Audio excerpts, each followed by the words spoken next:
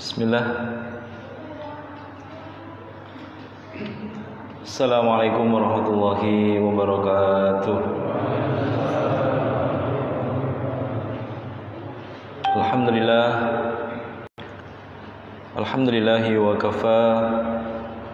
Wassalatu wassalamu ala nabiyil mustafa wa ala alihi wa sahbihi al-sidqi wal wafa wa kafa billahi syahidah.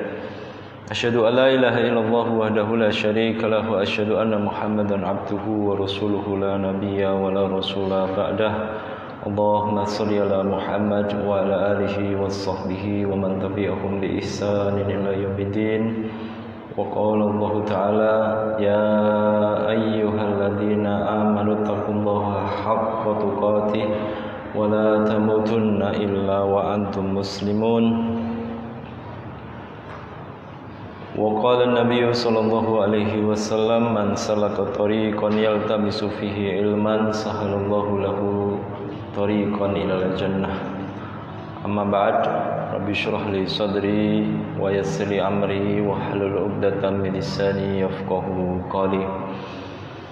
Bapak, Ibu, adik-adik jamaah salat maghrib yang semoga diberkahi dan dirahmati Allah Subhanahu wa taala.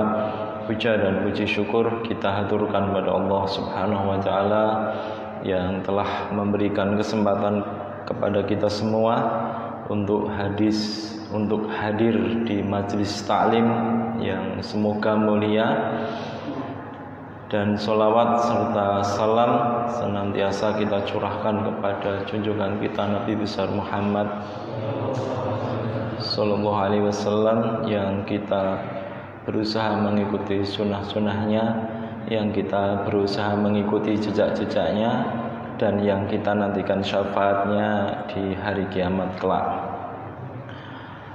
Bapak Ibu jamaah salat maghrib yang semoga diberkahi dan dirahmati Allah Subhanahu wa taala. Pekan yang lalu kita sudah membahas tentang beberapa poin. Ada 4 poin yang kemarin sudah kita bahas berkaitan dengan alamatu qabuli amalik, yaitu tentang tanda-tanda amalan itu diterima oleh Allah Subhanahu wa taala. Kemarin kita sudah membahas 4 poin pertama. Yang pertama itu adanya rasa khawatir, ya. Adanya rasa khawatir di hati kita kalau amalan itu tidak diterima dan tertolak oleh Allah Subhanahu wa taala. Yang kedua juga sudah kita bahas, yaitu amalan kalau kemudian diterima oleh Allah Subhanahu wa taala, maka tandanya amalan tadi itu akan melahirkan amalan-amalan berikutnya. Ya. Yang ketiga, bahwa amalan itu kalau diterima oleh Allah Subhanahu wa taala, maka amalan orang itu akan bertambah rajin, ya, di dalam beribadah kepada Allah Subhanahu wa taala. Sampai kemudian yang poin keempat kemarin, yaitu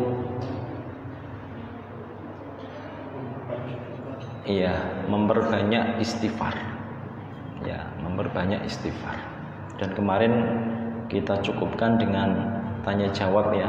Dan kemarin ada satu pertanyaan, yang pertanyaan itu berkaitan dengan poin yang ke-7, Pak. Jadi hari ini nanti saya tambahkan ada 8 poin ya jumlahnya. Yang tadinya 12 kemudian kita ringkaskan menjadi 8. Sudah kita bahas 4, sudah kita singgung 1. Berarti tinggal 3,5. Ya, 3,5 poin. Yang kelima, poin yang kelima, tanda bahwa amalan itu diterima oleh Allah Subhanahu wa taala adalah hati orang tersebut akan merasa bahagia ketika berkumpul bersama orang salih. Ya, hati orang tersebut itu akan merasa bahagia ketika dia berkumpul dengan orang-orang yang salih, Pak. Ini salah satu tanda bahwa amalan kebaikan, amal-amal salih orang tersebut itu diterima. Senang sama duduk bersama orang-orang salih. Ya. Sebagaimana Allah Subhanahu wa taala katakan di dalam Quran surat At-Taubah, Allah mengatakan ya ayyuhalladzina amanu taqullaha wa kunu ma'as shadiqin. Ya, wahai orang-orang yang beriman, bertakwalah kalian kepada Allah dan hendaknya kalian itu bersama orang-orang yang benar. Ya, orang-orang yang benar itu adalah orang-orang yang jujur. Ya, kalau kemudian kita bertanya, siapa itu orang-orang yang kemudian benar? Siapa yang kemudian orang-orang itu jujur? Maka jawabannya ada dalam Quran surat Al-Hujurat ayat yang ke-15. Ya. Jadi orang-orang yang benar keimanannya, orang-orang yang jujur keimanannya itu adalah innamal mu'minuna alladzina amanu billahi wa rasulih tsumma lam yartabu wa jahadu bi amwalihim wa anfusihim fisabilillah ulaika humus shadiqun. Kata Allah, orang-orang yang keimanannya itu benar, orang-orang yang keimanannya itu jujur, maka kata Allah Subhanahu wa taala adalah yaitu orang-orang yang beriman kepada Allah dan Rasul-Nya summa lam yartabu. Kemudian dia tidak memiliki rasa sedikit pun keraguan. Ya, dia tidak memiliki sedikit pun rasa keraguan di dalam hatinya. Dan dari keimanan ini dia akan melahirkan sebuah tuntutan. Ya, sebuah tuntutan yaitu tuntutan untuk kemudian tidak hanya diam, tapi dia harus bergerak dan harus beramal. Makanya ayatnya dilanjutkan wajahadu bi amwalihim wa anfusihim fi sabilillah. Maka tuntutan dari keimanan kepada Allah dan Rasul-Nya itu adalah dia mau berjuang, dia mau kemudian ya menyempatkan waktu, ya, pikiran, harta, bahkan nyawa sekalipun untuk Allah Subhanahu wa taala. Ya. Jadi orang-orang yang kemudian keimanannya itu benar, itu adalah orang yang kemudian dia mau menyempatkan waktunya, mau untuk kemudian dia beramal kebaikan ya untuk agama Allah Subhanahu wa taala. Ya, kata Allah Subhanahu wa taala, ulaika humus shadiqun. Ya, itulah orang-orang yang kemudian keimanannya itu benar dan dia itu adalah orang-orang yang jujur. Di dalam tafsirnya Ibnu Katsir, beliau menyebutkan sebuah perkataan salah seorang ulama namanya Ibnu Zaid.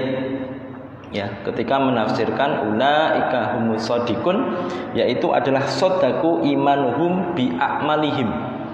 Ya, ketika mengatakan menafsirkan tentang ulaika humus shadiqun, mereka itulah orang-orang yang kemudian keimanannya jujur dan benar, itu adalah orang-orang yang kemudian sodaku imanuhum bi a'malihim, yang keimanannya itu Bapak Ibu hadirin itu dibuktikan dengan amal nyata. Ya, dengan amal nyata. Jadi tidak hanya seomongan saja, enggak. Ya, tidak hanya ucapan saja itu enggak. Ya. Beberapa tahun yang lalu saya ketemu dengan orang Madura. Di sini ada yang orang Madura? Enggak ada yang dari Madura, Pak ya. Ya, ada orang Madura jualan sate. Ya. Tahun 2000, sudah bertahun-tahun yang lalu. Seorang orang Madura ini beliau bertetangga dengan saya waktu itu saya masih di pesantren Tahfidzul Quran, Pak. Ya, di sebuah pesantren Tahfidzul Quran. Nah, beliau itu kalau kemudian mau jualan sate itu, Pak, sate itu lewat depan pondok kami. Ya, lewat depan pondok kami. Dan biasanya para santri itu sudah ngadang di depan situ. Ya, pada waktu itu pas menjelang sholat asar. Ya, menjelang sholat asar. Singkat cerita, si tukang satenya ini itu kemudian ngobrol panjang lebar ya tentang masalah keimanan, masalah apa. Bahkan dia hafal beberapa surat, Pak, di dalam Al-Quran begitu. Dan kesimpulannya di situ, ini Pak, kesimpulannya itu begini. Saya itu, Mas, tidak ada yang saya takuti di dunia ini kecuali Allah Subhanahu wa taala. Kesimpulannya begitu, Pak. Tetapi Pak, ya, ketika dia ngomong begitu, bersamaan dengan itu, ya, kumandang azan itu dikumandangkan. Ya, tiba-tiba dengar Allahu Akbar begitu Pak. Ya. Kira-kira kalau orang itu keimanannya betul, apa yang harus dilakukan Pak? Iya. Jualannya dihentikan dulu kan Pak ya? Hentikan dulu jualannya. Mohon maaf Mas, nanti dulu ya, kita dengarkan azan dulu dan kita sholat gitu kan? Enggak Pak. Ya, lewat aja begitu. Ya. Kita sholat ya lewat sate gitu. Ya, ini salah satu contoh ya. Salah satu contoh bahwa keimanan itu sebenarnya tidak dibutuhkan di lisan saja Pak. Ya, walaupun Ahlussunnah wal Jamaah itu ya, iman itu harus ada di dalam hati yang kemudian diungkapkan dengan lisan, kemudian diamalkan dengan amalan jawarih, yaitu amalan-amalan anggota badan kita. Ini yang kemudian perlu kita pahami bersama dan perlu kita sadari bersama. Jadi orang itu kalau kemudian dia mau berkorban Pak, makanya ayat di dalam Quran surat Al-Hujurat ini Pak, yang ayat ke-15 ini Allah sebutkan ya, wajahadu bi amwalihim wa anfusihim. Allah menempatkan amwal, harta, ya, itu di awal ya, lebih dahulu dibandingkan dengan anfus. Ya. Kalau orang itu jujur Pak, keimanannya jujur, itu sebelum anfusnya itu kemudian dia korbankan, mesti dia akan mengorbankan amwalnya dahulu. Ya. Kenapa demikian? Ya, sebagaimana perkataan Ahmad Dahlan. Ya, Ahmad Dahlan itu saya pernah membaca di sebuah majalah dulu ya, majalah tahun lama. Beliau pernah mengutip bahwa pernah dituliskan di situ bahwa beliau mengatakan begini, jiwa itu walaupun tidak dikorbankan, ya, walaupun tidak dikorbankan, jiwa kita itu akan mati Pak. Ya. Jadi kalau harta, ya, kalau harta itu ini menunjukkan harta itu harus dikeluarkan lebih dahulu sebelum jiwa. Kalau kita keluar saya berani mati, antum tidak berjuang dengan jiwa antum aja, nanti antum mati gitu loh Pak. Bisa dipahami tidak maksudnya Pak? Kurang lebih seperti itu. Ya, bahasanya seperti itu. Artinya untuk menunjukkan kejujuran keimanan seseorang itu memang prosesnya itu adalah dia berkorban terlebih dahulu. Ya, berkorban terlebih dahulu dengan harta. Ya. Kalau dengan jiwa, ya. Maka ini penting untuk kemudian kita pahami bersama. Ya. Jadi orang yang kemudian amalnya itu diterima oleh Allah, salah satu tandanya itu adalah orang itu akan merasa bahagia ketika berkumpul dengan orang-orang yang solih. Sebelum maghrib saya berkesempatan untuk mengisi sebuah kajian Ummahat di Batang ya, di Kali Salak. Judulnya bagaimana kita mendidik dan membina generasi-generasi yang solih-solihah, generasi robbani begitu. Ternyata jawabannya tidak jauh berbeda dengan materi yang kemudian hari ini kita kaji Pak. Ya. Tadi saya ambilkan di dalam sebuah Al-Quran, Quran surat Al-Kahfi ayat yang ke-82. Ya, wa ammal jidaru fakana li hulamaini yatimaini fil Madinah wa kana tahtahu kanzul lahuma wa kana abuhuma sholiha. Ya, poinnya itu di wa kana abuhuma sholiha. Ya. Ada sebuah dinding ya, fa'ammal jidar, dinding yang kemudian sudah miring, yang ternyata di dalamnya itu ada sebuah kanzun. Ya, kanzun itu semacam harta ya, harta atau perhiasan yang di bawah dinding tadi Pak. Ya. Kemudian Allah Subhanahu Wa Taala mengatakan kanzun ini itu yang berhak untuk kemudian mengambil dan memiliki itu ada lihulamaini yatimaini, dua orang anak, yang kedua orang anak ini bapaknya sudah meninggal dunia. Ya, bapaknya sudah meninggal dunia. Makanya salah satu di dalam syariat Islam, salah satu yang disebut dengan yatim itu salah satunya adalah man mata abuhu walam yablug. Ya, syaratnya dua itu Pak. Yang disebut dengan yatim itu bapaknya meninggal dunia dan anak tadi itu belum balik. Ya, belum balik. Ya. Ini harus ada. Jadi nanti kalau bapak-bapak disebut silakan anak yatim maju ke depan, begitu nanti banyak yang maju. Kenapa? Bapaknya sudah meninggal semua. Ya. Ya enggak? Makanya ada syarat kedua, walam yablug. Belum balik, Pak. Ya, belum balik. Makanya kita berhati-hati sekali karena yatim itu Pak itu dana terikat. Ya, dana terikat tidak boleh digunakan untuk yang lainnya, yaitu dana terikat.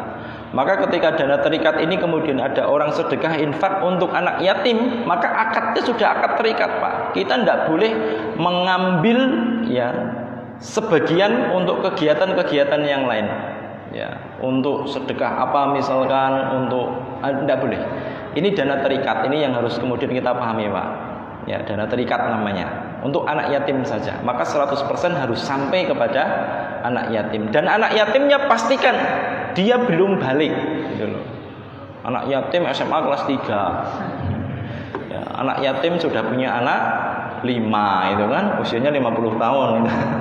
Bapaknya meninggal dunia. Maka ini yang kemudian perlu kemudian kita pahami bersama. Jadi Allah Subhanahu wa taala berkaitan dengan orang soleh, Pak, ya, dengan anak soleh atau orang-orang soleh tadi, itu janji Allah Subhanahu wa taala di dalam Al-Kahfi 82, Allah itu akan menjamin ya bagi anaknya ya yang kedua orang tuanya itu solih dan solihah, dijamin di dalam urusan dunianya maupun ya di dalam masalah urusan-urusan nilai ibadah.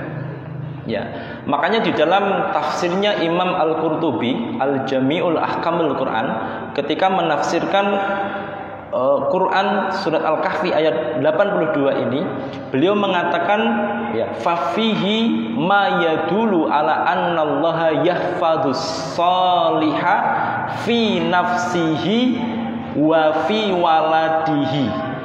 Ya.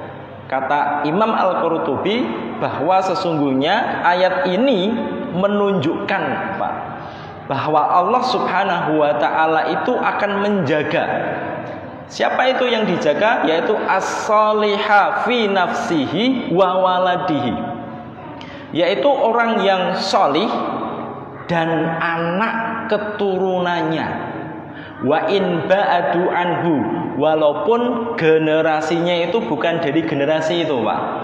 Ya, ini yang kemudian menarik ya. Dan beliau melanjutkan waqad ruwiya, dan telah diriwayatkan annallaha ta'ala yahfadhu fi sab'atin min dzurriyyatihi, yang kemudian dijaga kalau kedua orang tuanya itu solih dan solihah, Pak, yang dijaga oleh Allah dalam urusan dunianya, kecukupan dunianya, dan masalah-masalah ibadah yang lain itu sampai 7 keturunan. Ya, ini ada di dalam tafsir Imam Al-Qurtubi Al-Jami'ul Ahkamul Quran. Nih, Pak, pentingnya jadi orang solih. Ya. Bisa jadi, Pak, kehadiran kita di Cokro Aminoto di Majelis Taklim ini berkat kesolehan generasi kita dahulu yang ke-6. Ya, jenengan hafal enggak generasi yang ke-6 dahulu, Pak? Ya. Kakek masih hafal, Pak, ya? Kakek masih ketemu ya? Kakek masih. Nenek, kakek, buyut ketemu, kenal enggak? Namanya saja, kalau kenal ya mungkin enggak kenal. Namanya saja masih kenal enggak? Buyut dulu, Pak. Buyut. Canggah. Buyut aja enggak kenal canggah ini. Iya, itu dijaga oleh Allah, Pak, betul, Pak. Ya. Makanya pendidikan yang kemudian sangat efektif sekali, Pak, untuk generasi-generasi kita hari ini itu adalah bagaimana orang tua itu mereka menjadi solih dan solehah terlebih dahulu. Ya. Nanti Allah yang kemudian menjamin urusan dunianya. Maka tidak usah khawatir nanti anak kita tidak ranking 1, anak kita tidak ranking masuk 10 besar. Tidak usah khawatir anak kita kemudian ya ketika kuliah skripsinya ternyata ditolak terus, ya ngajukan judul ditolak terus begitu. Tidak usah khawatir tentang itu, Pak. Yang kita khawatirkan itu kalau anak kita ketika sholat 5 waktu itu tidak berada di masjid, itu baru kemudian kita khawatirkan. Ya, maka ini poin yang penting yang tadi saya sampaikan kepada akhwat dan ummahat ya sore tadi.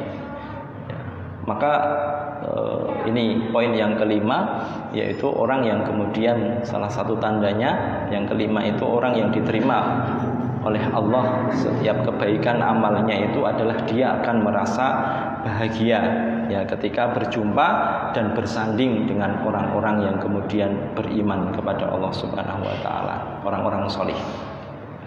Poin yang keenam adalah orang yang kemudian diterima amal solihnya oleh Allah. Ya, tanda yang keenam itu adalah dia akan mencintai orang yang beriman.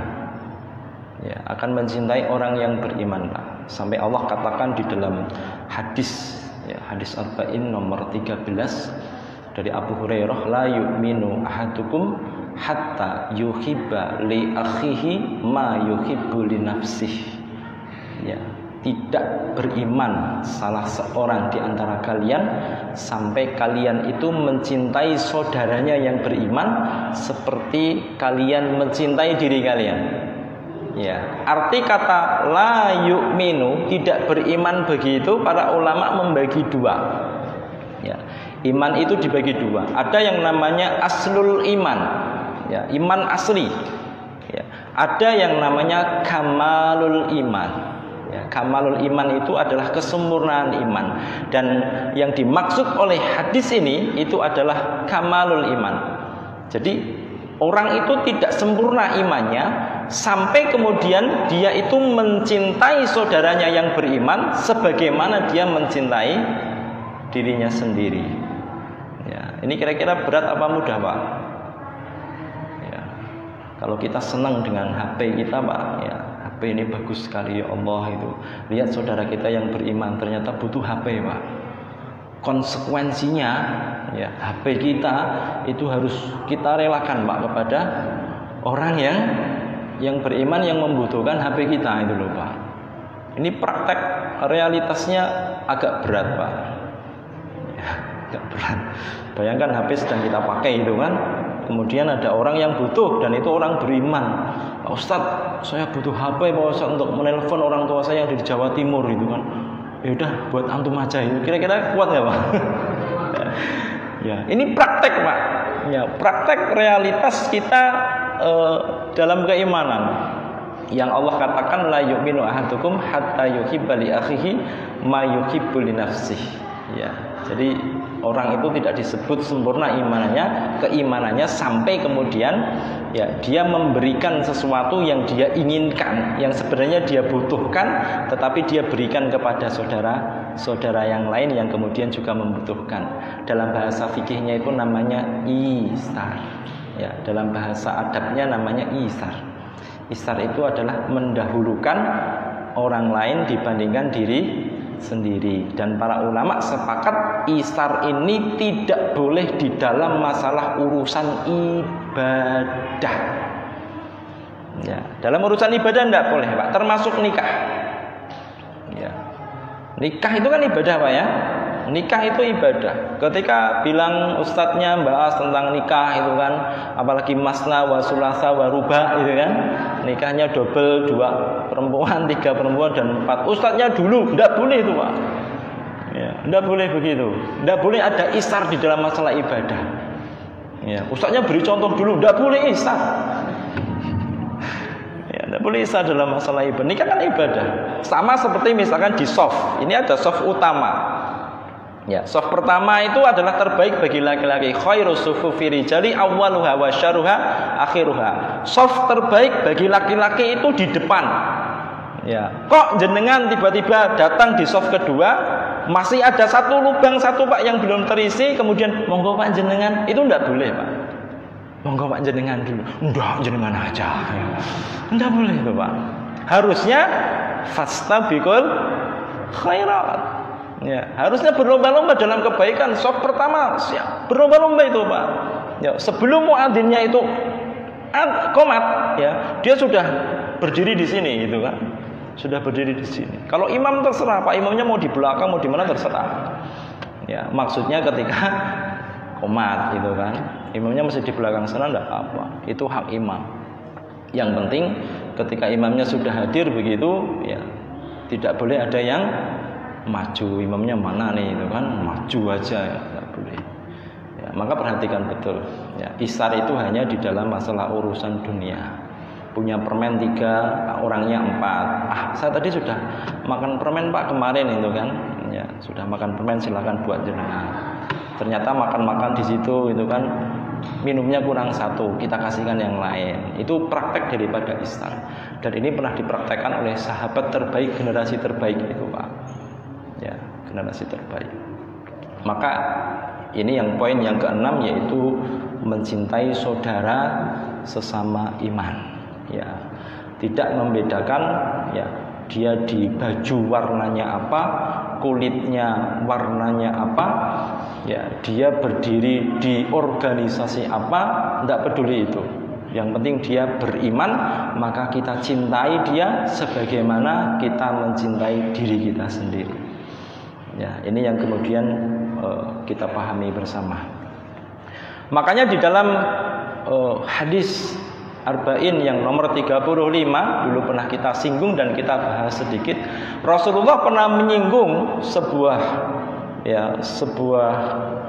sabdanya dengan mengatakan la tahasadu. Ya, ini diucapkan kepada para sahabat, kepada orang-orang beriman, Pak. La tahasadu wa la tanajasu wa la tabaghadu wa la tanajasu wa la yabi ba'dhum ila bai'i ba'din. Ya, jangan kalian saling mendengki, saling iri, saling membenci, ya, menjual atau membeli barang yang sudah dijual atau dibeli oleh saudaranya. Wa kunu ibadallahi ikhwana, dan jadilah kalian itu hamba-hamba Allah yang kemudian saling bersaudara. Al muslimu akhul muslim. Ingat Pak, al-muslimu akhul muslim, Rasulullah nyebutnya. Seorang muslim itu adalah saudara bagi muslim lainnya, entah apa itu warna rambutnya, ya, entah itu besar apa kecil, tetapi kalau dia sudah mengikrarkan 2 kalimat syahadat, maka sesungguhnya dia adalah seorang muslim, dan seorang muslim itu adalah saudara bagi muslim lainnya. Ya. La yatlimuhu wa la yakhdhuluhu wa la yahqiruhu at-taqwa hahuna. Sampai kemudian Nabi bersabda, tidak boleh Pak seorang muslim itu mendolimi muslim yang lainnya. Ya, tidak boleh. Dan tidak boleh juga menyia-nyiakan Pak. Ya, menyia-nyiakan itu apa ya? Membiarkan dalam kesusahan. Ya, membiarkan dalam kesusahan, membiarkan ya mereka ya butuh bantuan kita acuh tak acuh begitu. Ya, itu tidak boleh. Wala yahqiruhu, dan kita tidak boleh juga menjelekkan nama baiknya. Ya, menjelekkan nama baiknya. Kemudian Rasulullah mengatakan at-taqwa huhuna sampai 3 kali, bahwa takwa itu ada di sini. Beliau sebutkan dan memegang yushiru ila sadrihi, ya, salah samaratin, sampai kemudian beliau memegang dadanya 3 kali seraya mengucapkan at-taqwa huna. Ya, hadis ini cukup panjang sampai kemudian Rasulullah mengatakan bihasbimri'in minasyari ayyuhqira akhahul muslimah. Cukup seorang itu dikatakan syar, buruk Pak, itu ketika dia itu sudah membicarakan, menghibah, mengungkapkan dan menampakkan kejelekan dan aib saudaranya. Ya, itu sudah disebut orang yang jelek. Jadi ketika orang menyebutkan kejelekan dari aib saudaranya, sebelum dia ngucap itu Pak, itu dia sudah memiliki niat jelek, dan dia ketika mulai mengucap pada saat yang sama dia sudah menjadi jelek. Ya. bihasbim ri'im minasyari. Cukup kata Rasulullah dikatakan orang itu jelek, buruk itu ketika dia sudah mulai merendahkan, lisannya digunakan merendahkan saudara muslim lainnya.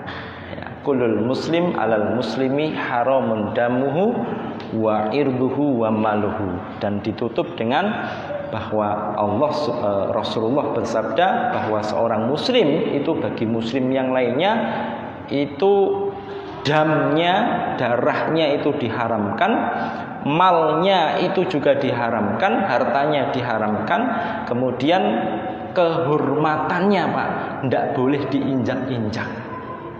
Tidak boleh diinjak-injak, betul itu Pak. Ya, tidak boleh diinjak-injak.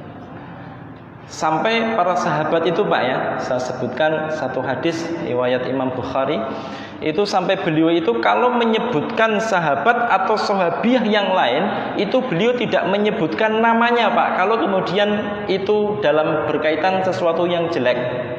Ya, misalkan dalam hadis riwayat Imam Bukhari, dan ini saya sampaikan tadi di kajian Ummahat, ya, qila li Rasulillah sallallahu alaihi wasallam, Rasulullah itu pernah ditanya oleh salah seorang, dan orang itu ketika bertanya Pak penuh dengan adab. Sahabat tadi yang bertanya itu penuh dengan adab. Ya Rasulullah, wahai Rasulullah, inna fulanah, perhatikan Pak.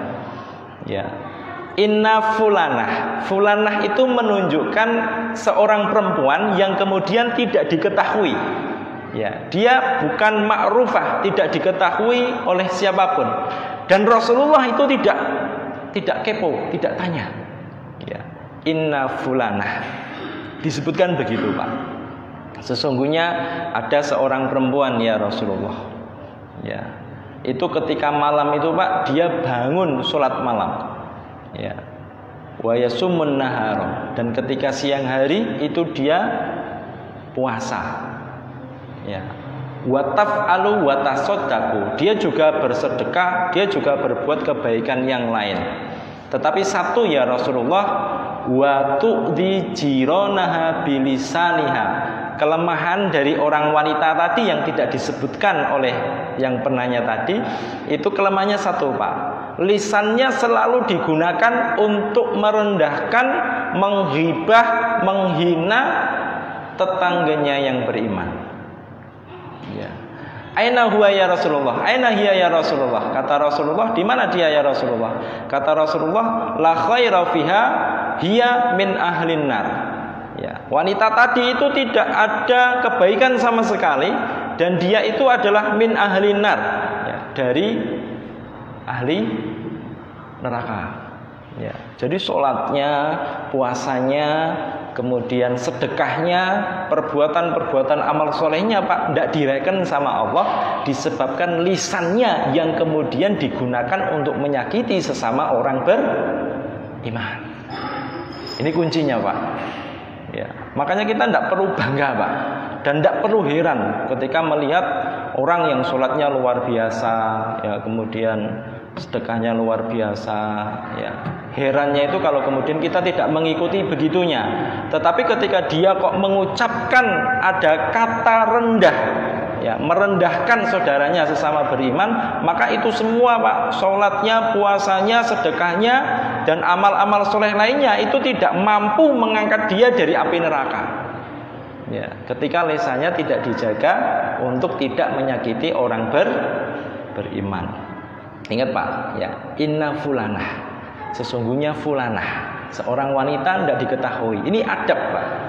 Ya, maka bapak-bapak, ibu-ibu nanti kalau dongeng dan ngobrol disebutkan begitu Pak.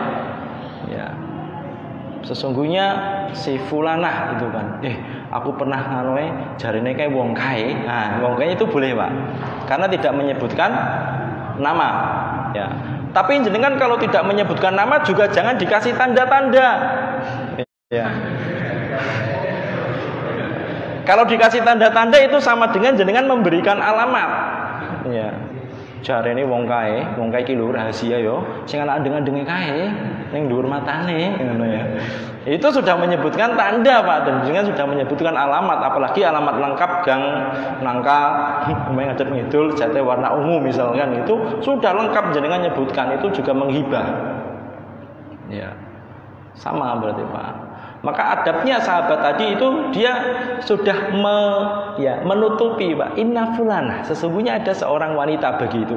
Dan Rasulullah, Pak, itu tidak bertanya man hiya, gitu kan? Enggak. Maka kita juga sama, Pak. Ketika sudah berusaha untuk menutupi aib saudaranya, kita juga jangan kepo gitu loh, Pak. Siapa sih janike? Nah, ini bahaya, Pak. Kalau dia sampai mengucapkan si fulanah itu terus disebut namanya, sudah. Ya, berarti itu sudah masuk dalam kategori menghibah. Ya. Dan hadis tadi dilanjutkan, ya Rasulullah wa inna fulanah tusallil maktubah wa tasaddaqu bil aswar. Tetapi ada wanita lain yang kemudian dia hanya sholatnya sholat biasa, Pak, sholat 5 waktu saja, tidak ditambah dengan sholat tahajud, sholat duha, sholat ba'diyah qobliyah. Dan ketika bersedekah, dia sedekah dengan kemampuannya, sebesar kemampuannya. Aina hiya ya Rasulullah? Kata Rasulullah, hiya min ahlil jannah. Wanita tadi yang hanya sholat 5 waktu dan tidak menambah tadi, Pak, itu disebut oleh Rasulullah itu adalah ahlu surga. Ya, disebutkan begitu itu disebabkan karena lisan. Ya, disebutkan karena lisan, Pak. Makanya dalam sebuah hadis yang lain riwayat Imam Muslim itu Allah dan Rasulullah itu mengumpamakan seorang beriman itu seperti kal jasadi wahid. Ya, seperti satu jasad, satu tubuh, Pak. Ya, sifatnya satu tubuh itu kalau kemudian salah satu di antara anggota tubuh kita dan organ tubuh kita sakit, Pak, itu yang sakit seluruhnya. Ya, tidak mungkin ketika jenengan ditanya, Pak, kemarin tidak hadir kajian, kenapa, Pak? Sakit gigi, Pak Ustadz, gitu. Loh, yang sakit kan giginya, Pak. Kakinya kan masih bisa jalan, kan nggak gitu, Pak?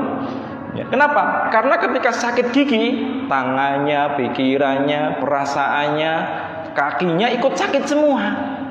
Gitu loh, Pak. Perumpamaan sederhananya begitu, Pak. Artinya kalau ada seorang muslim, ada seorang mukmin yang kemudian dia tersakiti, ya, baik itu di Indonesia pada khususnya maupun di seluruh jagat raya ini, maka harusnya orang yang memiliki getaran iman, Pak, dimanapun itu dia akan merasa sakit, Pak, dadanya, Pak. Ya, dia akan merasa sakit. Ya, merasa sakit. Ya. Ini getaran iman dan kekuatan iman, Pak. Ya, sampai kemudian Rasulullah mengumpamakan orang beriman itu seperti satu tubuh. Ya. Tangan yang kemudian kecepit pintu, Pak, yang teriak apanya, Pak? Tidak mungkin tangannya yang teriak, Pak. Ya. Tangan kiri kecepit, ya, tangan kiri digigit orang itu kan, tangan kanan ikut menyelamatkan, wah, blek gitu, Pak. Ya, ini mukmin, Pak. Ya, satu tubuh. Jangan kemudian tangan kiri kemudian sedang digrogoti sama kalajengking, ya. Kemudian biarkan aja tangan kanan ini salah sendiri gitu kan. Biarin aja, biarin. Sama, Pak, sebenarnya itu kita membunuh kita juga. Ya, nanti dia kalau sudah selesai, Pak, tangan kiri sudah habis, giliran tangan kanan. Kakinya tidak mau kemudian membantu tangan kanannya. Setelah tangan kanan selesai, Pak, udah selesai, tinggal kakinya. Ya, kakinya sudah selesai semua, tinggal kepalanya. Ya, ini yang kemudian diperumpamakan oleh Rasulullah kal jasadil wahid itu seperti itu. Ya, orang beriman itu seperti satu tubuh, Pak. Dimanapun orang beriman itu berada, ya, apapun organisasinya, apapun warna kulitnya, ya, apapun bentuk kopiahnya, Pak. Kopiah apa, Pak, ya? Ini kopiah, Pak. Ada yang warna biru, ada yang warna putih, ada yang warna hitam, ada yang nggak pakai warna, ya. Ya, kalau dia disebut orang mukmin, maka kita kemudian harus ada getaran keimanan dan harus menolongnya, Pak. Ya, harus menolongnya. Jangan kemudian malah menyalahkan, salah dewe, gitu kan? Rusak itu, Pak. Ya, ini poin yang ke-6, ya. Kemudian poin yang ke-7, tanda diterimanya amal seseorang itu adalah dia akan lebih sabar di dalam menghadapi ujian. Ya, orang itu Pak, salah satu tanda diterimanya amal solehnya itu dia akan lebih sabar ketika dia menghadapi ujian. Ya, kenapa? Karena dia memiliki kesadaran penuh bahwa kehidupan di dunia itu adalah tempat ujian. Ya, dan dia tidak hidup di dunia, tetapi dia sebenarnya hidupnya nanti di surganya Allah. Maka setiap kali dia mendapatkan ujian dan cobaan, dia akan terus bersabar, Pak. Ya, kesadaran itu ya kemudian diabadikan oleh Allah di dalam Quran surat Az-Zukhruf ayat yang 10. Innama yuwaffas-sabiruna ajruhum bighairi hisab. Ya, kalau orang sholat berjamaah pahalanya itu 27 derajat, Pak. Ya, orang haji dan umroh pahalanya ada sendiri dan keutamaannya ada sendiri. Orang bersedekah itu juga pahala dan keutamaannya ada sendiri, Pak. Tetapi kalau orang sudah diberikan rahmat oleh Allah Subhanahu wa taala, diberikan kesabaran, Pak, ya, maka itu pahalanya itu tidak dibatasi oleh Allah. Ya, tidak ada batasnya. Maka salah satu tanda orang yang kemudian amalnya diterima oleh Allah, dia memiliki kesadaran penuh bahwa kehidupannya tidak di dunia, tetapi di surganya Allah Subhanahu wa taala. Ini Quran surat Az-Zumar ya, surat Az-Zumar ayat yang ke-10. Ya, satu lagi karena waktunya sudah habis. Yang satu ini terakhir, yang ke-8, poin ke-8, salah satu tanda orang yang amalnya diterima oleh Allah kemarin sudah disinggung ya sedikit dengan sebuah pertanyaan, yaitu amal-amal solih yang kemudian dia kerjakan itu mampu menjadi rem untuk tidak berbuat dosa dan kemaksiatan kepada Allah, Pak. Ya. Kalau seluruh amal yang kemudian kita kumpulkan itu, Pak, ternyata tidak mampu menjadi rem, ya, pencegah untuk berbuat maksiat, maka sesungguhnya itu tanda kalau amalnya itu mardud. Ya, mardud itu tertolak. Ya, tertolak. Harusnya kalau sholatnya itu benar sesuai dengan tuntunan syariat, sunnah-sunnahnya sudah dilaksanakan, wajibnya sudah dilaksanakan, niatnya sudah benar, maka sholat itu sebenarnya akan mampu menjadi rem, ya, untuk perbuatan maksiat dan dosa, direm itu, Pak. Ya, paling tidak begini, Pak, saya salah seorang ustadz, ya, orang ustadz sepuh dulu pernah memberikan sebuah nasihat kepada kami para santri pada waktu itu. Dia menasihatkannya begini, Pak. Ya, manusia, orang beriman itu, Pak, itu ya, dia itu akan mampu kembali untuk bertobat kepada Allah dengan mudah selama orang beriman itu dia melaksanakan sholat 5 waktu secara berjamaah. Kalau suatu saat nanti kok dia terperosok dalam perbuatan dosa dan kemaksiatan, maka dengan dia sholat 5 waktu secara berjamaah tadi, Pak, Allah Subhanahu wa ta'ala itu akan mudahkan dia untuk bertobat dan kembali kepada Allah Subhanahu wa ta'ala. Ini penting sekali, Pak, menjaga sholat 5 waktu berjamaah. Ya, ini pelajaran yang sangat berharga sekali, Pak. Subuhnya dijaga, sholat zuhurnya di siang bolong yang kemudian kita disibukkan dengan pekerjaan-pekerjaan urusan dunia, ya, dengar adzan tinggalkan itu, Pak. Ya, mana yang lebih baik, Pak, kira-kira melanjutkan pekerjaan urusan dunia atau kita tinggalkan dunia sebentar kemudian kita sholat berjamaah? Mana yang lebih utama, Pak? Sholat berjamaah, Pak. Ya, sholat berjamaah. Ketika asar tiba, nanggung ini sudah gelepot semua bagi petani, Pak, ya. Bagi petani itu tanggung, Pak, asar itu, Pak. Ya, asar itu waktu yang nanggungnya kenapa?